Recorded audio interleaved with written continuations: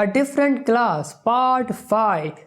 पिछले वीडियो में हमने बहुत सारी चीज़ें देखी थी जहां पर हमारा ली जो है वो अपने असिस्टेंट प्रोफेसर नोना के साथ बहुत ही क्रेजी वाला टाइम स्पेंड करता है। एंड आज के वीडियो में भी हमारा ली जो है वो अपने असिस्टेंट प्रोफेसर के साथ बहुत ही ज़्यादा क्रेजी टाइम स्पेंड करेगा। एंड आज के वीडियो में हमारी यून जो है वो थोड़ी सी कोशिश करेगी जिसकी वजह से वो और ली जो है वो थोड़े से क्लोज आ पाएँ। तो अगर तुम्हें ये सीरीज़ पसंद आ रही है तो वीडियो को ज़रूर लाइक करना, एंड चैनल पर नए हो बेशक सब्सक्राइब करना। बाकी शुरू करते हैं आज का वीडियो। Let's begin. वीडियो की शुरुआत वहीं से होती है जहां पर हमने पिछला वीडियो एंड किया था। वीडियो की शुरुआत में हमारी रीन जो है वो यून को बुलाने की कोशिश कर रही होती है, लेकिन हमारी यून जो है वो उसे पूरा इग्नोर कर रही है। लेकिन फिर भी हमारी रीन उसे कुछ बोलने की कोशिश ही करती है। लेकिन हमारी यून जो है वो रीन को देख के ये सोच रही होती है कि सुबह सुबह किसका चेहरा देख लिया, आज का पूरा दिन खराब जाने वाला है। बाद में हमारी रीन जो है वो यून को उसके कल रात के बारे में याद दिला रही होती है और कुछ ऐसे उकसाने की कोशिश ही कर रही होती है। लेकिन हमारी यून जो है वो गुस्सा करने के बजाय रीन को सीधा सीधा सॉरी बोल देती है कल रात के बारे में कि उसने उसके ऊपर कुछ ज़्यादा ही चिल्ला दिया था। बाद में हमारी रीन ये कहती है कि उसमें कोई बात नहीं है, उसमें तुम्हारी कोई गलती नहीं थी। एंड बाद में हमारी रीन जो है वो वहाँ से चली जाती है। सीन शिफ्ट होता है, हम ये देखते हैं हमारा ली जो है वो अपनी यूनिवर्सिटी पहुंच चुका है क्योंकि आज उसे प्रोफेसर से मिलना है। रास्ते में उसे असिस्टेंट प्रोफेसर भी मिलती है और उस असिस्टेंट प्रोफेसर की हालत बहुत ही ज़्यादा ख़राब है, या फिर मैं कहूँ तो नोना की हालत बहुत ज़्यादा ख़राब है। वो ठीक से जो है वो चल नहीं पा रही है क्योंकि कल उसने बहुत ही ज़्यादा काम करा है और ऊपर से उसने ओवरवर्क भी करा है, जिससे वो आज बहुत ही ज़्यादा एग्जॉस्ट हो चुकी है, जिसकी वजह से वो ली के ऊपर ही गिर जाती है। ली को कहीं जगह पर ले जाने की कोशिश करती है एंड वो जगह है सप्लाई रूम। एंड अब इस जगह पर हमारी नोना जो है वो ली को ले आ चुकी है एंड वो ली का बॉटम एक्सपोज करने की कोशिश करती है। सबसे पहले तो हमारा ली जो है वो थोड़ा सा अपने आप को कंट्रोल करता है और नोना को समझाता है कि हमें ये नहीं करना चाहिए, लेकिन नोना की जिद देख के वो अपना बॉटम एक्सपोज होने देता है। एंड अब सप्लाई रूम के अंदर अब ये दोनों कौन सी हरकतें करने वाले हैं अब वो मुझे नहीं पता। इन दोनों का ये कारनामा बहुत ही ज़्यादा लंबा चलता है, लिटरली बहुत ज़्यादा लंबा। मैं कहूँ तो पूरे के पूरे 4 चैप्टर्स डेडिकेट कर दिए इन दोनों के टाइम के ऊपर। अब जब हमारी नोना एंड ली जो है वो ऊपर से सारी हरकतें कर रहे होते हैं और अपनी मेन प्रोसेस शुरू करने ही वाले होते हैं कि सप्लाई रूम का दरवाज़ा कोई नॉक करता है। हमें पता चलता है कि एक दूसरी प्रोफेसर जो है वो बाहर से चिल्ला रही है कि अंदर से ये कैसी आवाज़ें आ रही है। हमारी नोना जो है वो सप्लाई रूम का दरवाज़ा हल्का सा खोलती है और अपने प्रोफेसर से बात कर रही होती है कि वो यहाँ पर कुछ चीज़ें ढूंढ रही थी। एंड अगर तुमने बहुत सारी एनिमेज देख रखी हैं तो तुम्हें ये सीन तो ज़रूर याद होगा कि एक लड़की जो है वो दरवाजे से बाहर बात कर रही है दूसरे लोगों के साथ एंड पीछे से लड़का जो है वो लड़की के मज़े ले रहा है। ये सेम सिनेरियो हमें देखने को मिलता है। अब हमारी नोना जो है वो बहुत ज़्यादा कोशिश कर रही है अपनी आवाज़ को दबाने की ताकि वो बहुत ज़्यादा एक्साइट ना हो जाए एंड दूसरी प्रोफेसर मैडम है उसको सब कुछ पता ना चल जाए। वहीं दूसरी तरफ हमारा ली जो है वो नोना के इतने ज़्यादा मज़े ले रहा है कि मैं तुम्हें क्या बताऊँ। लेकिन जैसे ना तैसे हमारी नोना जो है वो फाइनली सारी चीज़ें हैंडल कर लेती है, सप्लाई रूम का दरवाज़ा बंद करती है एंड अब ये दोनों जो मेन प्रोसेस शुरू करते हैं। भाई नोना की हालत लिटरली बहुत ज़्यादा ख़राब हो चुकी है, लिटरली बहुत ज़्यादा। ये दोनों जो है वो कुछ ऐसी हरकतें करते हैं जिसके बारे में मैं तुम्हें ना बताऊँ तो ही ज़्यादा अच्छा है। अब इन दोनों का ये कारनामा इतनी जल्दी तो रुकने वाला नहीं है। वहीं दूसरी तरफ हम ये देखते हैं हमारी यून जो है वो अपने क्लासरूम पहुंच चुकी है अपनी क्लासेस अटेंड करने के लिए, जहां पर वो अपनी 2 फ्रेंड से भी मिलती है। अब उसकी 2 फ्रेंड जो है वो यून से ये पूछती है कि क्या तुम किसी लड़के को पसंद करती हो या फिर नहीं। अब अचानक ये लाइन सुन के हमारी यून जो है वो बहुत ही ज़्यादा शर्मा जाती है और अपने दिमाग में ली के बारे में ही सोच रही होती है। आगे उसकी जो 2 दोस्त हैं वो यून को ये बताती हैं कि अगर तुम्हारा नाम और तुम्हारे लड़के का नाम मिक्स करो और अगर उसका परसेंटेज काउंट 100% या फिर 80% से ज़्यादा आए तो तुम दोनों के बहुत ज़्यादा चांसेस है कि तुम दोनों फ्यूचर में एक दूसरे के साथ रहने वाले हो। अब ये बात सुन के हमारी यून थोड़ी सी मायूस हो जाती है या फिर मैं कहूँ तो डिसअपॉइंटेड हो जाती है। उसे लगता है कि ये तो सिर्फ बचकानी हरकतें, ऐसा कुछ भी सच नहीं होता है एंड वो वहाँ से जाने की कोशिश करती है। अब इस पैनल में हमारी यून के जो दोस्त हैं वो यून को मनाने की कोशिश कर रही है, लेकिन पता नहीं क्यों मुझे ऐसा लग रहा है कि हमारी यून पहले से ज़्यादा ब्यूटीफुल लग रही है।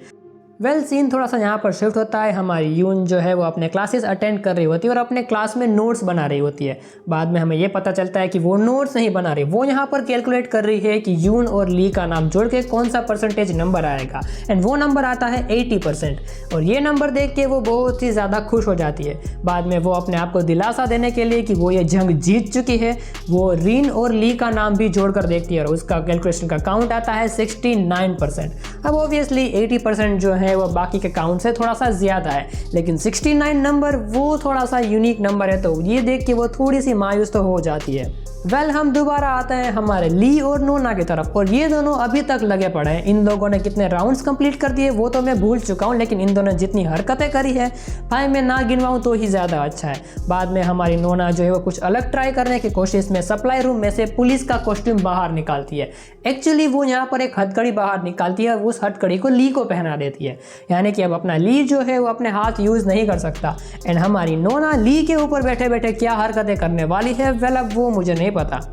और इस मोमेंट पे हमारी नोना जो है वो ऑलमोस्ट सारी की सारी लीड लेने ही वाली होती है, लेकिन ली की बॉडी बहुत ही ज़्यादा स्ट्रॉन्ग है, जिसकी वजह से हमारे ये दाव जो है वो नोना के ऊपर उल्टा पड़ जाता है। हमारा ली जो है वो नोना के ऊपर लीड ले लेता है, वो नोना को बहुत ही गंदा डिस्ट्रॉय कर देता है, और इन दोनों का ये राउंड यहीं पर ही ख़त्म होता है। इस मोमेंट पे इन दोनों ने करीब 4 से 5 राउंड तो ख़त्म कर दिए हैं, लेकिन ये दोनों एक और नया राउंड स्टार्ट करते हैं, जहाँ पर हथकड़ी इस वक्त नोना के हाथ में बंधी हुई है, और इस वक्त नोना जो है वो ली के सामने कुछ नहीं कर सकती।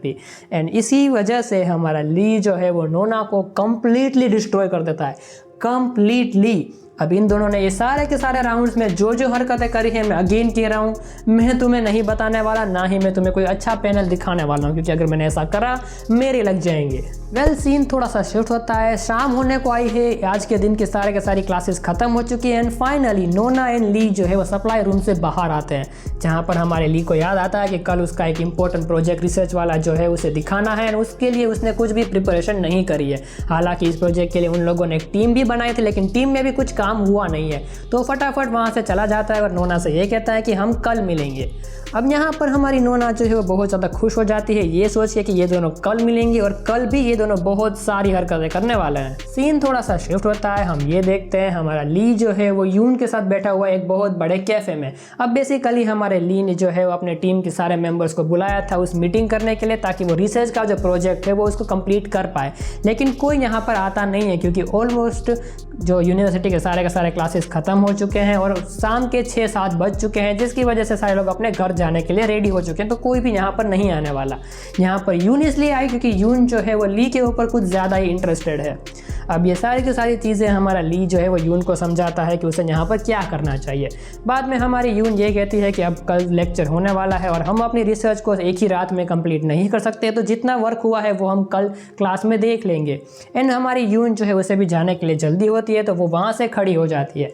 अब बाद में हमारा ली भी एक्सेप्ट कर लेता है कि जो होगा वो देखा जाएगा, एंड वो भी वहाँ से जाने की कोशिश में करता है। अब यहाँ पर हमारी यून जो है वो थोड़ी सी मुस्कुरा रही होती है ली को तरफ देखते हुए, तो ली पूछता है कि तुम मुस्कुरा क्यों रही हो, एंड बाद में वो ली से ये कहती है कि आज की रात का डिनर जो है वो तुम्हारी तरफ से होने वाला है। अब हमारे ली ने एक्सपेक्ट नहीं किया था कि यून ऐसा क्यों बोलेगी, लेकिन वो यून की बात मान लेता है और आज का डिनर जो है वो ली करवाने वाला है। अब ये दोनों जो है वो वहाँ से डिनर कर लिए निकल जाते हैं। बाद में हमें यून की जो है वो मोबाइल स्क्रीन दिखाई जाती है, जहाँ पर हमें ये पता चलता है कि एक ग्रुप में हमारे यून ने ही मैसेज कर रखा होता है कि तुम्हें मीटिंग में आने की ज़रूरत नहीं है, वो अकेली सब कुछ संभाल लेगी। यानी इसी की वजह से मीटिंग में कोई भी जना नहीं आता है सिर्फ यून के सिवाय। अब यहाँ पर तुम ये कह सकते हो कि यून ने बहुत ही स्मार्ट मूव खेला है, जिसकी वजह से वो ली के साथ थोड़ा सा ऐसे कहूँ तो प्राइवेट स्पेस में टाइम स्पेंड कर सके, एंड एक्चुअली वो ऐसा चाहती भी है। एंड पता नहीं क्यों आज के चैप्टर में मुझे ऐसा नोटिस हुआ कि यून थोड़ी सी ज़्यादा ब्यूटीफुल है जितना मैं सोचता था। पहले अगर तुम्हें क्या लगता है यून कितने ज़्यादा ब्यूटीफुल है वो तुम मुझे कमेंट्स में बताना। एंड अगर तुम्हें ये सीरीज़ पसंद आ रही है वीडियो को ज़रूर लाइक करना, एंड चैनल पर नए हो बेशक सब्सक्राइब करना। बाकी आज की वीडियो के लिए इतना ही, मिलता हूँ मैं तुम्हें दूसरी वीडियो के साथ। Till then thanks for watching.